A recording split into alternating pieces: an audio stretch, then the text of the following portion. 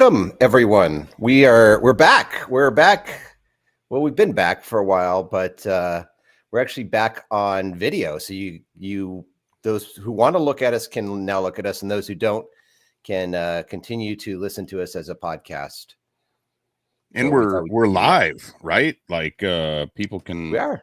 can be on there watching. I'm gonna go ahead into I'm gonna check our Twitter here and maybe share that even. So I tried to usually it's not out on Twitter. We could do the feed on Twitter, and it said we need a premium account to be well, screw that on Twitter. All right.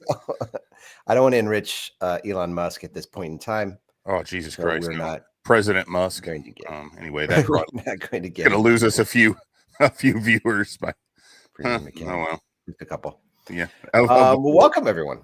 Yeah, welcome to the rant.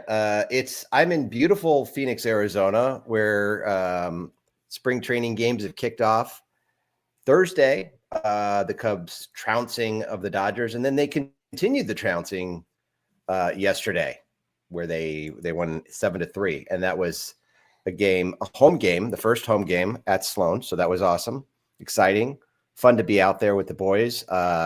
Saw Bleacher Tony and Bleacher Jeff out there and some of the other guys. And it was a gorgeous day. I mean, it was like 75 degrees. I mean, it's just absolutely perfect. And the Cubs played well. Miguel Amaya got a home run. Ian Happ looking good early. I think Ian Happ is going to have his best year as a member of the Chicago Cubs. I think he's going to do really, really well. Yeah, I agree. I think having Kyle Tucker out there with him, and then and we're talking about like a 3-time now Gold Glover in left field, which is kind of wild, right? Like the first one was kind of like, vet. Yeah, the second one like, and it's just like if you look at the number, and it's so funny to me, right? Like there are still a lot of people who don't just think that Ian Happ is. I'm trying to think, like Ian Happ is very, very good, but there's a lot of people who think he's actually bad. And I don't mean that he's not very good and that he's only good, but like legitimately think he is bad, want him traded. He's terrible. And I'm sitting there thinking, like, who do you think they're going to get who's better than a Gold Glover? Especially for what they pay. Yeah, right. And that's the thing. It's like, do you know how much you would have to pay to get a guy in there and free it? Well, got Owen Caissie. Okay. Not because anymore. That's what you could expect for someone to just step right in there and do the things that Happ has done. Well, but he's so streaky. Oh, okay. Yep. Because every other player just goes 1 for 4 every single game, 162 game hits. That stuff bothers me. Happ is legit. And I think, again, if you've got the highly, highly elite level defense that Pete Crow Armstrong's going to play in center, plus I think he's going to bring some improved offense. Tucker's a Gold Glover in right. He's their best hitter overall. Like all of a sudden, you're looking at it is not hyperbole to say this might be the best outfield in baseball. Like overall, defensively, I think you could easily make an argument that it's the best defensive outfield in baseball, given the pedigree of all those guys. Yep. But if you look at their performance, I think at the end of the year, you could look at this and then consider that Seiya Suzuki is the fourth. And then, like, here's a guy who has been their best hitter over the last couple of years. He's a DH fourth outfielder. I really think that this is like, it's really, really strong. A lot of people would argue with me about that because they think Pete Crow Armstrong sucks and Happ sucks and Seiya Suzuki sucks. On Facebook, like I could post that out there and immediately just go fishing for that and immediately get a bunch. Better than to listen to the people on Facebook. Yeah, absolutely. That's what we got to do. But listen, if Ian Happ could hit close to 300, he's an MVP caliber player. And I know that's going to shock some people when they hear that, but it's the truth. He was in that. He was like a dark horse a few years ago. Toward late in the season before he fouled that ball off his eye. He was looking. Yeah. Oh, he was tearing it up that year. Yeah. Yeah. So we'll see what happens, but the outfield feels good. So far, so good. No big injuries. at least on the field. Everything looked good. Let's see. I'm looking at the box from the 12-4 win over the Dodgers, and not a lot to take away. I mean, Brujan started in center field, and I think people that ruffled some feathers with people, especially with the Cubs DFAing Alexander Canario. And maybe we should touch on that a little bit. Like, that was a head scratcher to see Canario get DFA'd. He didn't have any options left, so I guess that explains the Cubs thinking there. Maybe they just, they couldn't deal with somebody that didn't have options in that, what would have been the final bench spot probably.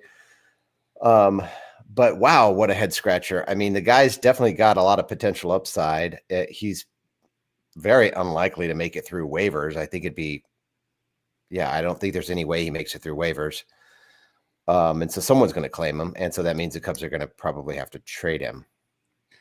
Yeah, it's weird because then a lot of people are like, well, Brujan's out of options too, right? That's the part that where I can't understand it is they cleared the space for Justin Turner, who's signing I like. I think that's a good signing, but he's an infielder.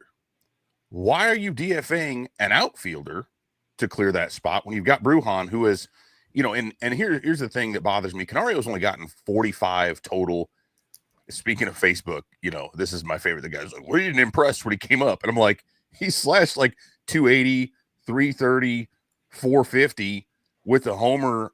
I think he had like a 132 WRC plus and positive WAR in just 28 plate appearances. He only had 17 the year before, and he hit a grand slam and had, so the guy has come up, and where I can't figure this out. Plus, they just signed Travis Jankowski to a minor league deal with an invite. A dude who's got 11 career homers in parts of 10 seasons. Vidal Brujan has, I think, a couple homers, but he's got like 550 plate appearances. That's the equivalent of a full season. That's across 4 partial seasons with the Rays and Marlins. If the Rays can't develop you and they give up on you, I have to question that. But I'm like, for a team that has lacked power, like how many times have we and other people bitched about the Cubs not having power? And this is where I go back to Patrick Wisdom and some other things, and I look at that, like some guys like, all you need on that 26 spot is versatility. I'm like, versatility does you no good if that's a negative player. If neither his glove nor his bat can help him to contribute at a replacement level, then all that means is he's bad at multiple spots instead of just one. I don't want that. I want someone who has a discernible characteristic. It only needs to be one. I don't need a jack of all trades as my last bench spot. Why? Because if that guy sucks, I don't need him in there for any particular period of time beyond a game or an emergency pinch runner, whatever. Canario could play the outfield if he had to play first base, but he doesn't need to because Turner's there. The dude has pop. That's something the Cubs need. He would have an impact in a small sample. And that's the thing, right? That's what we're looking at, is a backup 26 man on the bench. And then, hey, if it doesn't work and something happens, you got to bring somebody else up. You can part ways with him then, but at least give him some runway. And all this talk, pardon me, if we're talking about like, oh, well, they got Caissie and Alcantara. Yeah, they do, but you're not going to call up one of those guys to be your 5th outfielder and ride the pine when they could actually be getting everyday at bats. If somebody gets hurt for an extended period and you need to call somebody up to get everyday at bats, fine. But that's not what you're doing with the 26 man. That's why they would say it. I don't get it at all. And then again, with Jankowski, so you DFA'd an outfielder. Now you go sign another guy to a minor league deal who at his best is just a defensive replacement. But we just got done talking about how they got 3 Gold Glovers in the outfield. It's not like Jankowski's coming in the 9th to spell Ian Happ, the 3-time Gold Glover, or PCA. Like, I don't get what they're doing in that regard. And I know a lot of people are going to fight me on that or whatever, and they think Canario sucks. Or, and I even, like, he did have maybe some trade value, but you know what happens when you DFA a guy and now you're forced to trade him? You have zero leverage. Zero. What are you going to get? Cash for him? Like, I mean, Tommy Ricketts will. You have to think they were trying to trade him before this happened. I think they've been trying to trade him for years. They wanted to trade him before he got hurt. winter, right? Like I think he was the most likely of their prospects to have been traded. When was that, 22? Ahead of the 2023 season. Right, and then he ended up getting hurt and missing a bunch of that year, and he got hurt some last year. I mean, so yeah, I get it. They've been trying to get rid of him, but like at least try to build some value. Like that's what I don't get. They got zero value out of him. Jed has handled some players this way where it's just kind of like it's head scratching where it feels like he undervalues certain kind of younger players in these trades or in how he treats them or in this particular instance where he DFA'd them. And it feels like you should be getting more value than he is attributing to the younger guys in the organization. Yeah, I mean, I also think, and we go back to the versatility, I think that's something that they have overvalued to a great degree, right? Like we saw that a lot with the Joe Madden days. But like I said, it's one thing if you've got Ben Zobrist, who is a very capable defender, very good hitter. You could plug him in anywhere. Chris Bryant played all over the field, right? But those are dudes who can hit and who are playing pretty solid defense. Zobrist maybe more so than Bryant, but that's vastly different from just getting a guy who is not even a replacement level, but he's versatile. Okay. Like it reminds me of the Tommy Boy, right? Like I can give you a guaranteed piece of shit in a box or whatever, but all you got's a guarantee. Like what's, I'm paraphrasing the heck out of that, but I think there's this sense of having a dude who can play 3 or 4 infield positions and play the outfield. Oh, well, that's cool. He can. I don't want him on why would you want him in there ever?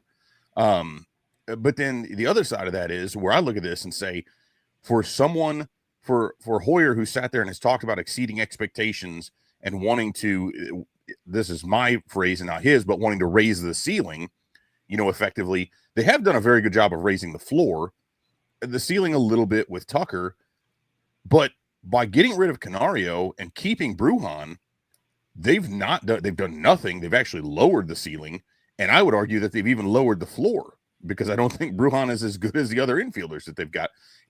That's the part that puzzles me, is that they've done that, and I'm making it too binary between those two, but that's realistically who the options were. If no pun intended, if we're talking about them both being out of options and neither really having a set role.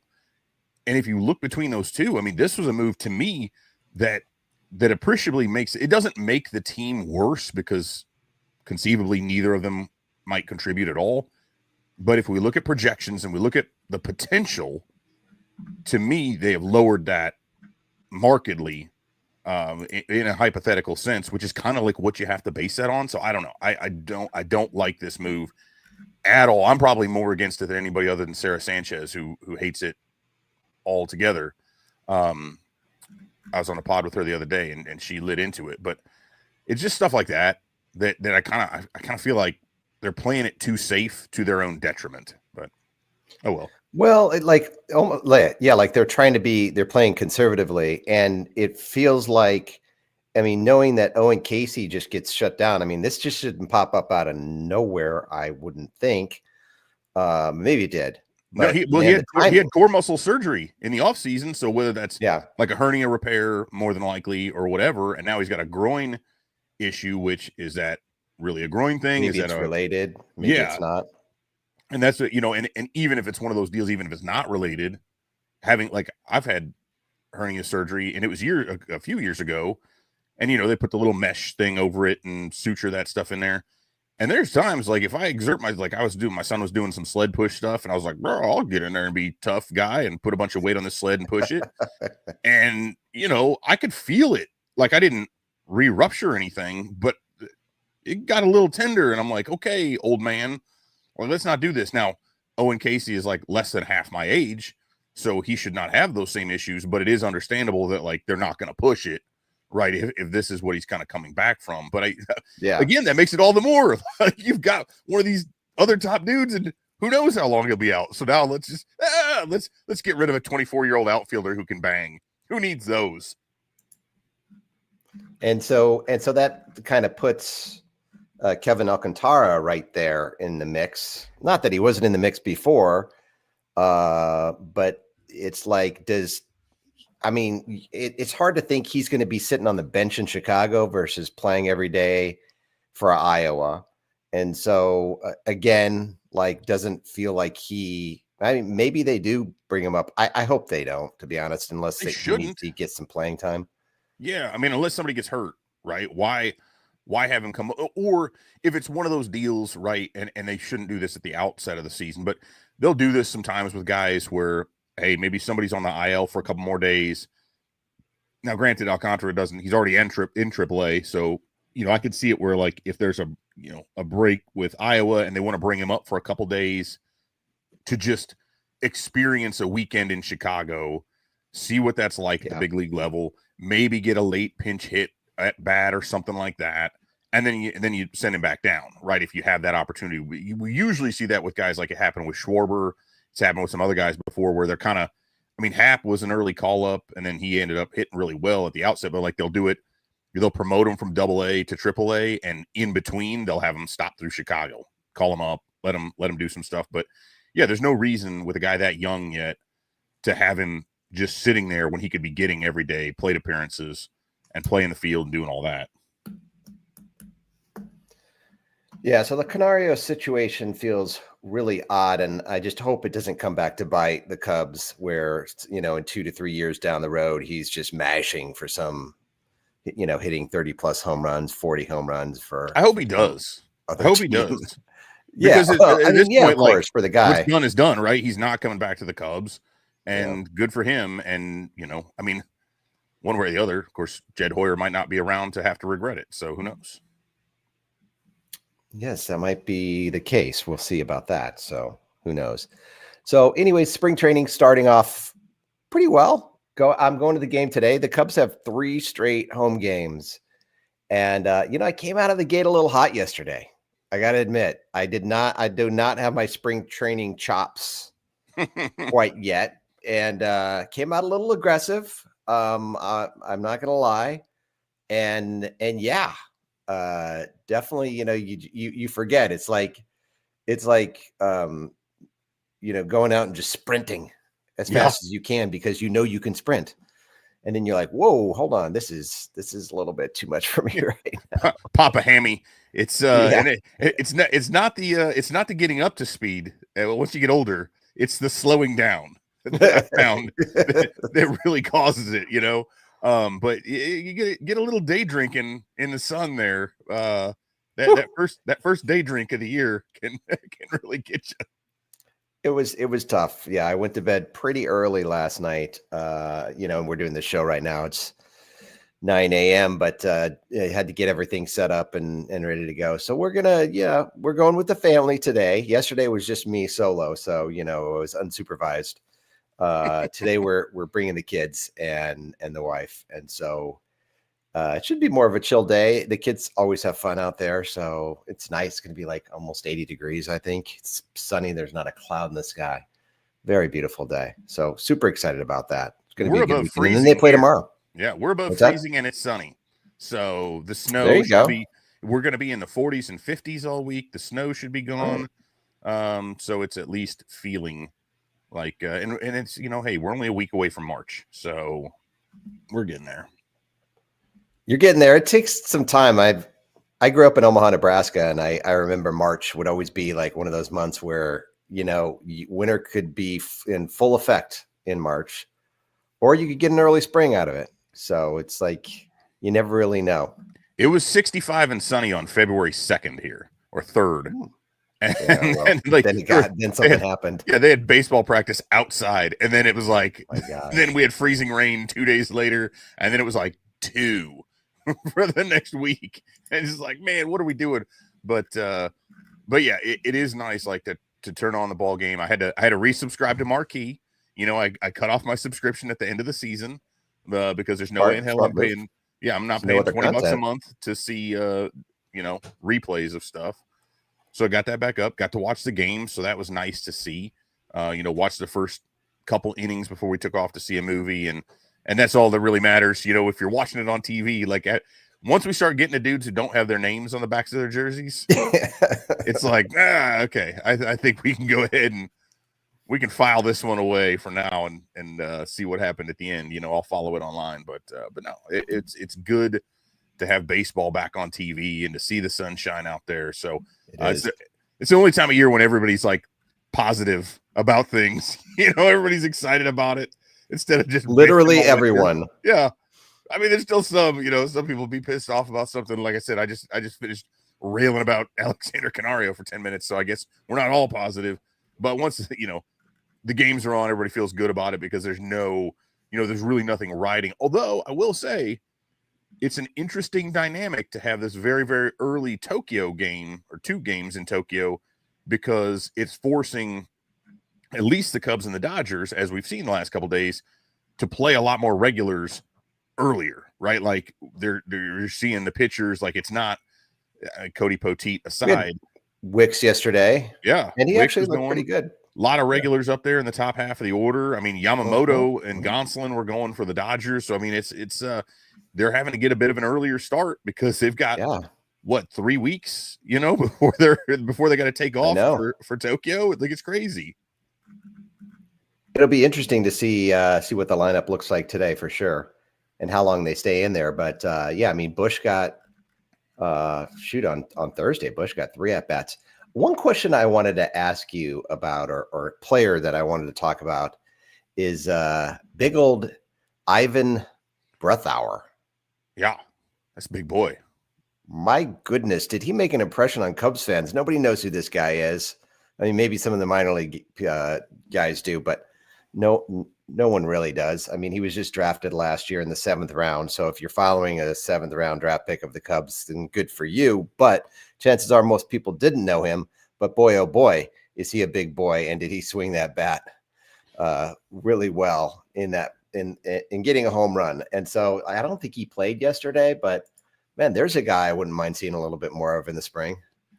Yeah, it'll be really interesting, right? I mean, he got, I think, limited action at Myrtle Beach last year. I'm just pulling it up and looking at it, you know, batted 169 and 83 at-bats, a couple homers, like a 527 OPS. So he was clearly pretty overmatched right out of the gate, which, you know, not a big surprise. That's why I was, you know, was a UC Santa Barbara.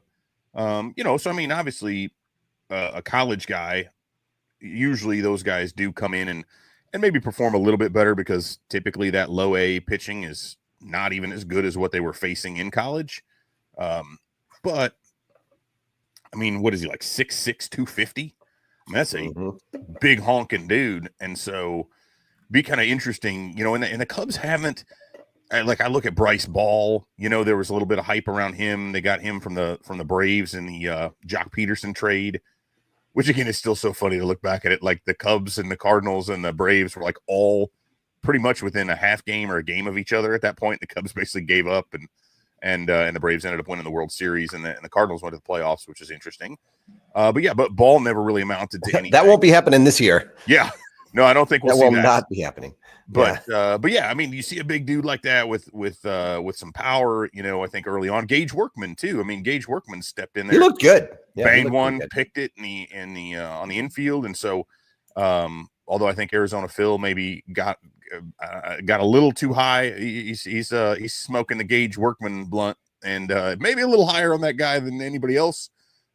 but it is good to see, right? It's good to see a guy like that come in and kind of perform right out of the gate. But this is what I love, man. The first couple games of spring training, it's the Cubs are the best team in the world, and all these players are all gonna 2-0, 50 homers. So it's always good to draw these like major conclusions from one spring game against a bunch of scrub pitchers, you know. So let's do it. Well, and Gage Workman is playing for for that final bench spot, I think, right? Yeah, I mean, he's got to be on the active roster because he's a Rule 5 pick. So, and then, which is another thing that's weird to me that they even kept Brujan around. But yeah, I mean, I think Workman is kind of that backup dude who can play some third, and you know, who knows? Yeah. Obviously, Matt Shaw's still kind of slow going a little bit with the oblique stuff. I would assume we'll see him start to get in some games here in the next few days because I know he's been pretty much full activity back to throwing and hitting and everything. So, but yeah, I mean, but again, that's kind of the thing where it's like, okay, you did that, and then you get John Birdie, and then you get Turner, and it's like, all right, where are these guys all gonna, where are they all gonna play? But bless you. Excuse me. But I'm We're really live. looking forward That's to what Shaw happens. getting out there and getting some time and seeing what that guy can do, because I mean, I'm huge believer in Matt Shaw, and so I that'll be my big storyline to follow is kind of what does he do with it, right? And a lot of people, well, Chris Bryant did this, and it's like, well, you get now they got the prospect promotion incentives in play, you know what I mean? So like, makes sense to have the guy up. Like if unless he says something to them or proves something to them, not to mention the fact that spring training results really don't matter. You can have a dude mash all through spring training and then suck, or vice versa. So, but again, that's what and then getting like the regular starters. I want to see Ben Brown. I want Ben Brown in that starting rotation, right? I mean, no offense to Wicks. I don't want Javier Assad in the rotation. I'd rather see him in long relief. Give me Ben Brown, especially if he's got a changeup dialed in. What about PCA changes his number 4? Not really newsworthy, but I think it's fun. I think, is it because I didn't hear, but I'm assuming it's because his last name is so big. No, it's because Jed Hoyer said he needed a fast guy number, and then he said if he made a shot out on their little portable hoop out there that PCA would have to change, and so Hoyer made the shot, and that's what PCA said anyway. So okay, but it probably does. It does fit now that they went back to the actual big letters on the jerseys just look so much better. Speaking of which, like another thing that's not newsworthy, but that last year when they came out with those just garbage jerseys from Nike and Fanatics, and thankfully those are better. But yeah, it's kind of weird. Like dudes changing numbers. Like we saw, who was it? Brett Beatty with the Mets. Like Juan Soto bought him a new car because Beatty gave up number 22 for Soto. Usually that's when you see guys either changing like that. And although we've seen a lot more, it's so interesting that so many of these dudes are wearing numbers in the 60s and 70s and 80s and 90s, because that's what they got when they were a non-roster invitee, right? So they don't get to wear a regular number, so they slap that on there, and some of those dudes will keep wearing them. And so it is kind of interesting, but like jersey numbers are, I think some guys are probably certainly less attached to them than others, but that can be like a real, like that's an emotional thing for a lot of guys. Like this, I mean, depending on how long they've had it for, right? If they came up their whole life, which is rare, more and more rare these days, just because you've got you get on a team with a kid or a player that's his number, and next thing you know, you're changing numbers. So it's rare to come up. You've got to be really good to keep your number all the way up. Yeah, or have a number that nobody else wants, because there's the common ones, like there's the, 23, right, is the big one, obviously. And there's 27 now because of Mike Trout, or you'll see, whoever, or you get all these Japanese pitchers who all want to wear number 18 because that's like the staff ace in Japan. That's the ace gets the number 18, so that's all. Or 99 has gotten real big because of Aaron Judge. I see a ton of kids wearing number 99. So that's what's kind of interesting about that. But then it's like, well, yeah, but so that's, I love that on the travel team thing, they've all got to submit, like, everybody give your top 3 jersey picks, like which numbers do you want? But then you go to like play school ball, and it's basically like, all right, the jerseys are numeral, they're enumerated by size. So it's like the smallest jerseys are going to be the single digits, and they go up. So it's like, well, you get whatever's left in your size. So my son has been number 27, or he was number 27 for a couple years in middle school, because they had the same jerseys both times, and those are the ones that were in large, and that was what was there. So he's like, all right, I'll take this. It's like you get what you have by default. So you don't have a choice at all. Yeah, so be interesting to see how that all goes. Oh, Steve's up bright and early. There's somebody who I know did not burn himself up. Steve is preparing for spring training like 10 months out of the year. Yeah, Steve, I didn't see you out there if you're listening yesterday. So I'm not sure if you're coming out today, but that was a surprise to not see Steve. That was probably the one person I was expecting to see out there. But who knows? Anything's going to happen today. So we're going to have to try to reel it in and settle down, kind of, settle into the spring. It's so funny. I was telling somebody yesterday, it's like, you're just going along with your normal life, and then suddenly spring training is just like, bam, ramps up 100 miles an hour, and it's just out of nowhere, and you got to go. It's just like suddenly you were sitting on the couch, and next thing you know, you're sprinting, to go back to our analogy earlier. Oh, for sure. And we are sprinting. So it will definitely be interesting to see. So the Cubs, we've had Jacob Zanella on the show with us, and he's not on the show today because he's working. Shout out to Jacob. And this work thing. But I wanted to touch on, he put out a post on Cubs Insider the other day that I thought had some questions that were pretty relevant. 3 questions that we still need to see from the Cubs to answer. And the one question is Matt Shaw ready? I think I know you think he's ready for sure. So, and then if he's not ready right out of the gate, I guess we're John Birdie, or maybe it's Gage Workman. I mean, TBD on that, but probably Birdie, right?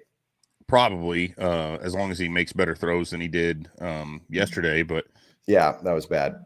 Yeah, I mean, I think that's the case. But again, to me, it's like you don't know somebody's ready until you put it. Like, there's no such thing really as being ready. Like, you go and you could mash in AAA, you could do whatever, and then come up and suck, or you could struggle all spring and then come up and something clicks and it all works. You know what I mean? Like, there's no magic bullet. There's no, every box can be checked and it still doesn't work. So I just think with him, it's a matter of health, right? As long as he's able to get back to 100%, get into the competition and go. And I think he's a guy who, and we saw this a little bit with KB right out of the gate, right? Where he kind of struggled. I mean, I think that first game was against the Padres and James Shields, and he kind of flailed at some changeups, struck out a few times, went a long time without hitting a home run too, right? What was it, like 21 games or something like that? He kind of started out, everybody's waiting, and he finally kind of broke that seal. So, I mean, I would say, like, Shaw is a guy who, to me, is going to be really, really well able to make adjustments, to maintain a level head throughout the whole thing. So get him up and let him go and see what happens. Did you see how Chris Bryant got pegged the other day? Yeah. And I think it was batting practice or something. I don't know what it was. That guy, I feel at this point, you got to feel bad for him. He's just kind of stuck in for playing for a team who just has no chance of winning. And what's his motivation these days? I mean, yeah, and it's like you get in there for your first AB and you just get plunked right away. Like, dude, what's going on? Awful. Steve's comment. Steve says, I saw you after the game. This is to my point that I came out a little hot yesterday. I saw you after the game, but you may not remember. Well, there you go. Touché. So I did see Steve yesterday. Never mind. Like I said, it's a marathon, not a sprint, people.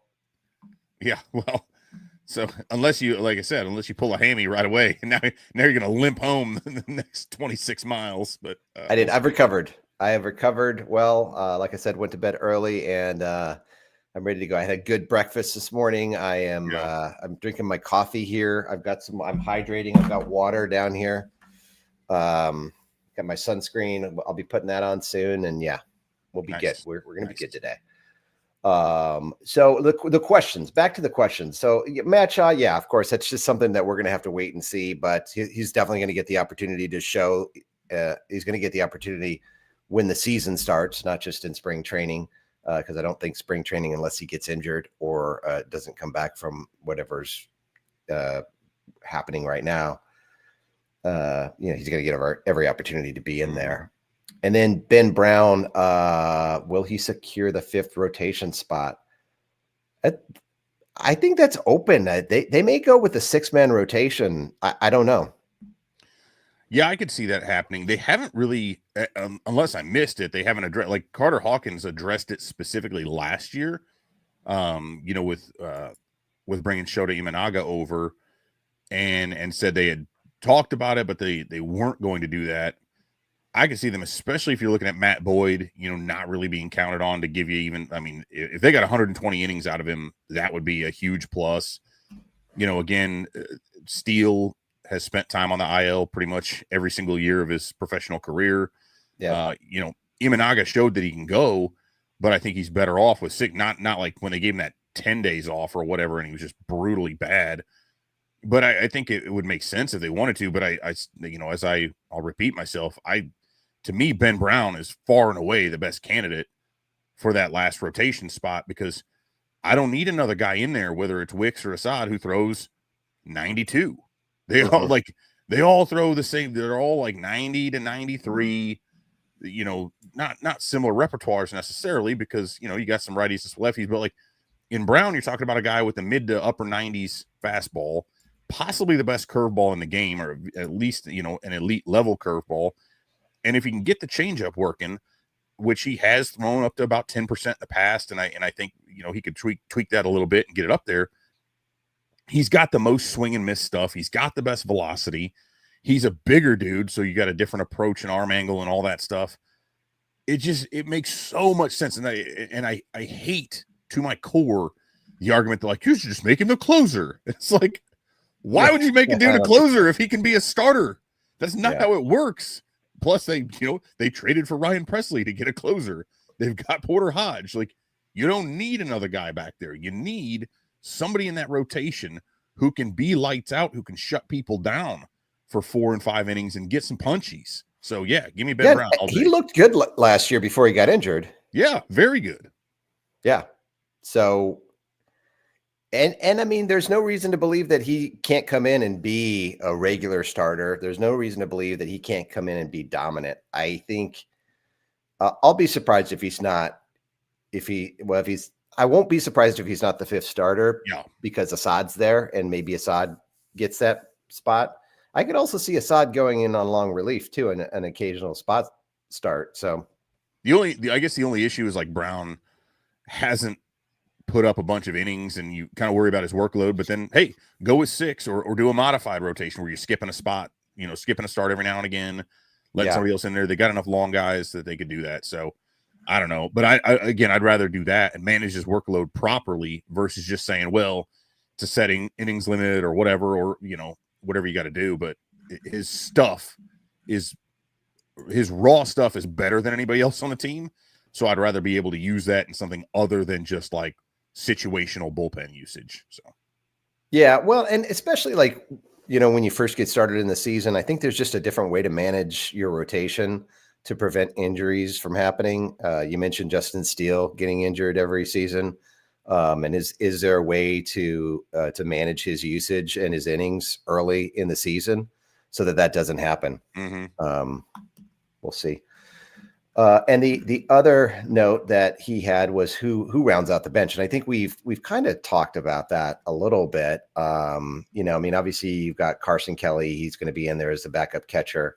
John Birdie feels like he's a lock, right? Yep. Because he's got the versatility in the positions, and he'll definitely be a backup to third base. And I think obviously Justin Turner is going to be there. It'll be interesting to see the role that Turner plays and actually how much playing time he gets. I'm not thinking he's getting a lot. I think maybe just like situational. Short side platoon. Yeah, I mean, if there's a tough lefty, I could see him getting in there, or if it's, maybe it's a day and same deal, right?